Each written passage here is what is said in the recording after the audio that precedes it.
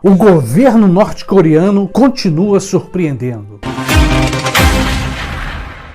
Perguntas óbvias. Como pode um pequeno país causar tanta apreensão nas superpotências? Vale lembrar, o sistema de governo da Coreia do Norte. Muita gente ainda se confunde o que é a Coreia do Norte. É comunista, é socialista, é ditadura e fica essa confusão de conceitos. Chamada de socialista por uns e de comunista por outros, a Coreia do Norte ainda é um mistério. A Coreia do Norte sofre com sanções colocadas, aliás, comandadas pelos Estados Unidos. A ONU não tem perdoado a Coreia do Norte. E como quase toda informação vem do Ocidente, ela fica aos nossos olhos como um pequeno monstro. Como eu disse antes, quase toda informação vem dos seus inimigos. Uma coisa é certa, hoje podemos afirmar que a Coreia do Norte é uma potência nuclear. E cá para nós, é justamente isso que a protege contra as ameaças dos Estados Unidos. Aliás, ter bombas nucleares é ter bons argumentos. A pergunta que não quer calar: por que a Coreia do Norte continua mostrando seu poder nuclear para o mundo?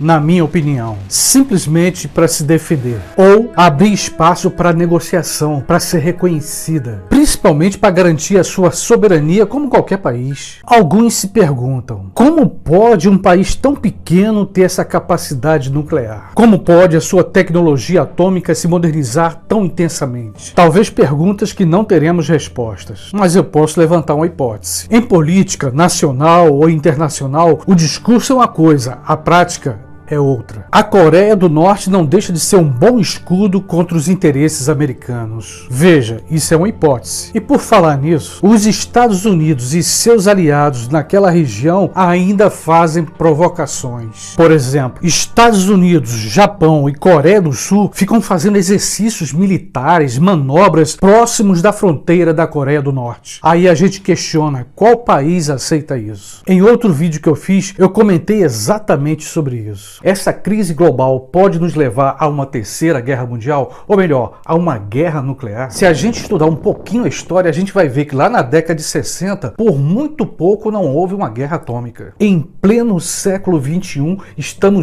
estamos testemunhando a emergência ou a possibilidade de uma terceira guerra mundial. Lembrando que a Coreia do Norte tem a bomba H, a conhecida bomba Tsar ou Kizar, que significa a mesma coisa. A bomba H, como você sabe, é a mais poderosa do mundo. Quando a Coreia do Norte fez o teste com a bomba H, quase ninguém acreditou. Pergunta: qual seria a estratégia, as intenções americanas? Provocar ao máximo a Coreia do Norte, a tal ponto que a Coreia do Norte, deu o primeiro passo. E uma das principais estratégias: sanções e o não reconhecimento da soberania daquele país. Dentro dessa hipótese, vamos imaginar, digamos que a Coreia do Norte ataque a Coreia do Sul ou o Japão, ou mesmo os Estados Unidos. No campo das hipóteses, os Estados Unidos iriam revidar e vencer. Resultado: ao conquistar a Coreia do Norte, os Estados Unidos teriam mais territórios próximos da fronteira do seu principal inimigo, a Rússia. De fato, a Rússia é o principal alvo do governo americano. No entanto, Rússia e China estão cada vez mais próximas, cada vez mais aliadas. E aí vem uma pergunta: os Estados Unidos poderiam enfrentar a Rússia e a China ao mesmo tempo?